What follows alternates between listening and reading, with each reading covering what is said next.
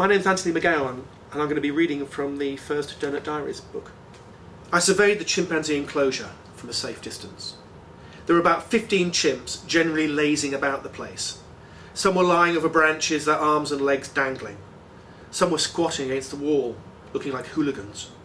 A few more were in the indoors part of the enclosure, and you could see them sitting in piles of straw, smoking cigarettes, drinking beer and watching telly. Well, not really, but they did look a bit like that. And then I saw the one that I was looking for. He was twice the size of the other chimps. His face wore an expression of contempt, combined with a barely controlled rage. He was one angry chimp. He was the boss. He was the one they called Samson. I looked at Corky and Spam and nodded. It was time to put into operation everything we had planned. The next few minutes were going to mean disaster or triumph. I moved forward to a spot right in front of the evil Samson.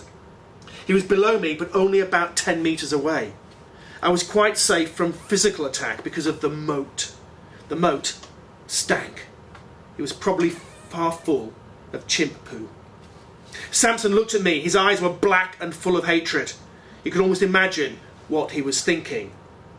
Something like, "How dare these bald, pink weaklings keep me here? I should be swinging through the jungle, chasing monkeys, getting cozy with loads of lady chimps. In fact, generally doing whatever chimp stuff I want to. But instead I'm here in this rubbish enclosure with this blimp staring at me. Me, the mighty Samson, king of all the chimps. Well, if we were in the jungle, I would tear off your arms and suck your lungs out through the holes. Hang on, just going to have a quick banana." There was a banana on the floor next to Samson. He picked it up without taking his black eyes off me. Then he ate the banana without even bothering to peel it. Now, people go on about how brainy chimpanzees are, but if that's true, how come Samson never even learned how to peel a banana? But that's not important now. I could feel the rage building up in Samson. Feel the raw hatred in his glance. He finished the banana. He flexed his long hands. He was definitely imagining how nice it would be to tear my arms off. I stared right back, trying hard not to blink. Then Samson moved even closer, right up to the edge of the moat. I could smell him, I really could. He smelled like my dad in the morning, fusty and hot and a bit eggy. He sat for a moment longer, thinking. Then he lifted up his chimpy bottom and slipped his hand underneath. He closed one eye. It wasn't a wink. Humans are the only animals capable of winking. He was concentrating. Things then happened quickly. I sensed a movement behind me. Mr. Fricker was coming to drag me from the edge, perhaps? I hope not. I sincerely hope not. For then, with a flurry and a fizz, Samson stood and hurled a greeny-brown boomerang of chimp poo at me.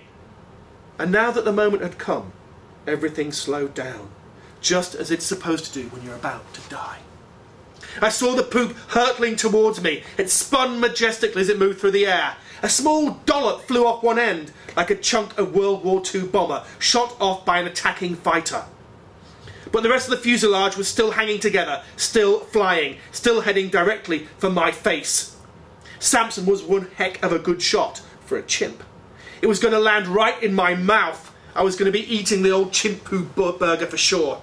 Samson was already celebrating, like a footballer who knew his penalty was heading for the top corner. His arms were in the air, and he was beginning his victory whoop. The other chimps were running forward, ready to congratulate their leader. It was one in the eye for humanity. Centuries of oppression and torture were about to be put right. And then I ducked. As I ducked, I turned and saw behind me the astonished expression of Steerforth, the floppy-haired kid.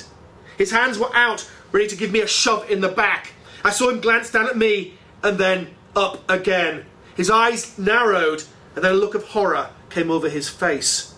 But only for, I'd say, about 1/100th of a second, because then the poop smacked him in the mouth with a sound like a bare buttock being hit with a cricket bat.